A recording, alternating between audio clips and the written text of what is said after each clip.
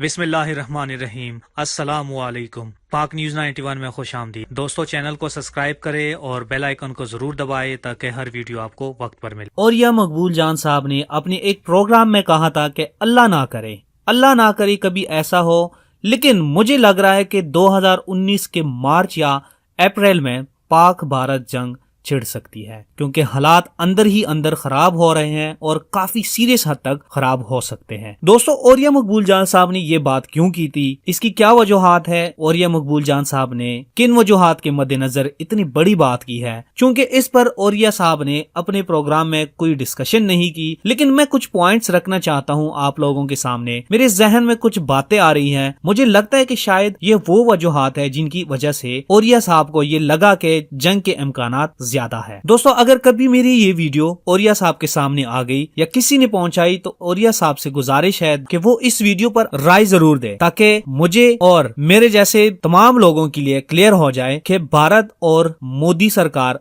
अपने आने वाले इलेक्शन में कुछ भी कर सकता है लाइन ऑफ कंट्रोल पर या इंडिया के अंदर। ओरिया साहब से गुजारिश है कि वो इस वीडियो पर जरूर अपनी राय दे। दोस्तों, ये तो हम बहुत अरसे से देख रहे हैं कि पाक भारत जंग हमेशा से चलती आ रही है। कभी लाइन ऑफ कंट्रोल पर भारतीय फौज की फायरिंग, कभी रॉ के एजेंट्स का पाकिस्तान में अरेस्ट होना, कभी अफगानिस्तान में बैठकर बलोचिस्तान के अवाम में कुछ गद्दारों को पाकिस्तान के खिलाफ इस्तेमाल करना, चाइनीज कॉन्सुलेट पर हमला, army public school Peshawar, Bharat का खुद मुंबई अटैक्स करवाना वगैरह कुछ ऐसे वाकयात है जिससे साफ पता चल जाता है कि भारत पाकिस्तान को हर हाल में डिस्टेबलाइज करना चाहता है। दोस्तों, एक साबिक सेक्रेटरी डिफेंस ऑफ अमेरिका ने कहा था कि भारत ने पाकिस्तान के खिलाफ प्रॉक्सीज रखी हुई है अफगानिस्तान के अंदर, ताकि पाकिस्तान को डिस्टेबलाइज किया जा सके। अब अगर दोस्तों बात की जाए भारत इलेक्शन की, भारत के अंदर जो 2019 के मई में जो इलेक्शन आ रहे हैं, तो भारत की मौजूदा सरकार भारतीय जनता पार्टी के जिसने एक एजेंडा के तहत वोट लिया है और इक़्तिदार में आई है, वो एजेंडा सिर्फ और सिर्फ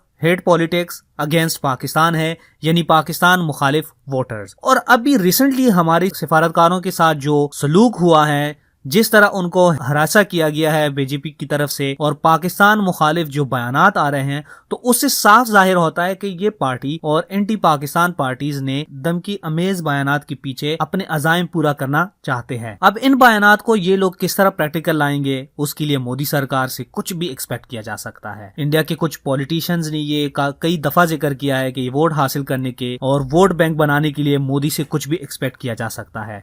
अब असल बात यहाँ पर यह है कि इंडिया पॉलिटिशियन पाकिस्तान मुखालिफ वोट हासिल करने के लिए इंडिया के अंदर या पाकिस्तान के अंदर और लाइन ऑफ कंट्रोल पर किस हद तक गंदी पॉलिटिक्स खेल सकता है, इसके मिसाल माजी में भी हमें मिलते हैं पठानकोट और मुंबई अटैक की शक्ल में। और इसके अलावा मोदी सरकार का वोट बैंक कम होता जा रहा है। करतारपुर बॉर्डर की वजह से मोदी सरकार का वोट बैंक काफी हद तक कम हुआ है। वोट बैंक बनाने के लिए मोदी ने फिर से एक तहरीक शुरू कर रखी है जो सिर्फ एंटी पाकिस्तान तहरीक है, क्योंकि मोदी सरकार सिर्फ इसीलिए इक़्तिदार में आई है कि हम पाकिस्तान को दुनिया के नक्शे से मिटा देंगे अगर हम इक़्तिदार में आ गए। अब जो इलेक्शन आ रहे हैं उसमें मोदी सरकार बहुत घटिया पॉलिटिक्स खेल सकता है और इसी साजिश में लगा है कि किसी तरह इंडिया के अंदर ब्लास्ट करवाए जाए और उसके जवाब में लाइन ऑफ कंट्रोल पर जंग छिड़ जाए और इस बात को वजह बना के यूनाइटेड नेशन में ये शो करवाया जाए कि पाकिस्तान ने इंडिया के अंदर दहशतगर्दी की है। कश्मीर में भी इंडिया की बर्बरियत आजकल काफी हद तक बढ़ गई है। उसकी मेन वजह इलेक्शंस है। मोदी सरकार और भारतीय आर्मी चीफ दोनों पाकिस्तान के खिलाफ बयानात देते आ रहे हैं।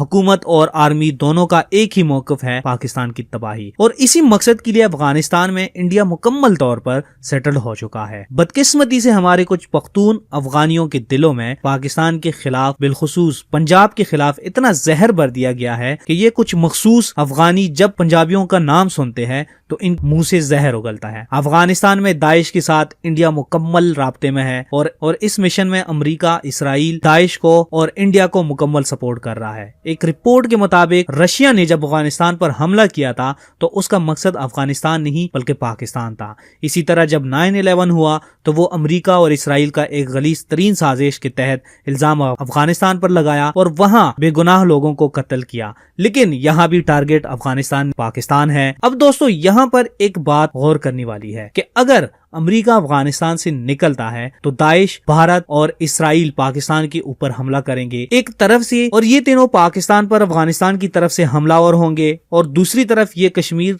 लाइन ऑफ कंट्रोल, बलोचिस्तान और वजीरिस्तान साइड से हमला करेंगे।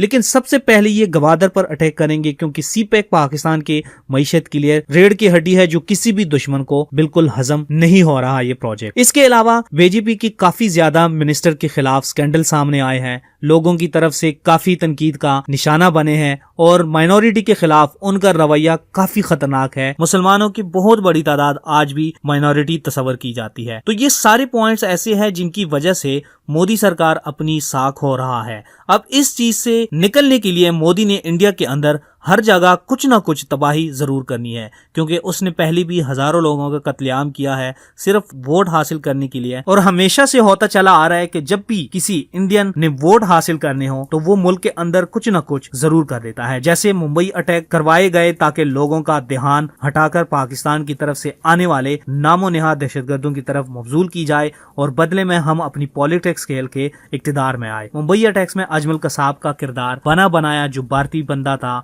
खुद वहां के एक रिपोर्ट में उसका डोमिसाइल जो है वो भारत के शहर का निकल आया।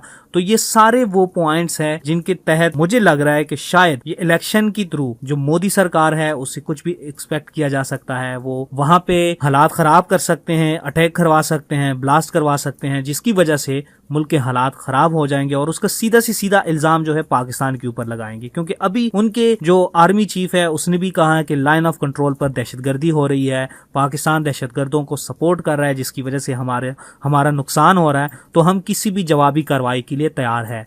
तो वो पंगे ले रहे हैं छोटे छोटे से और लाइन ऑफ कंट्रोल पर भी खिलाफवर्जी कर रहा है। कश्मीर में अलग से, अफगानिस्तान में अलग से, बलूचिस्तान में अलग से लगे हैं।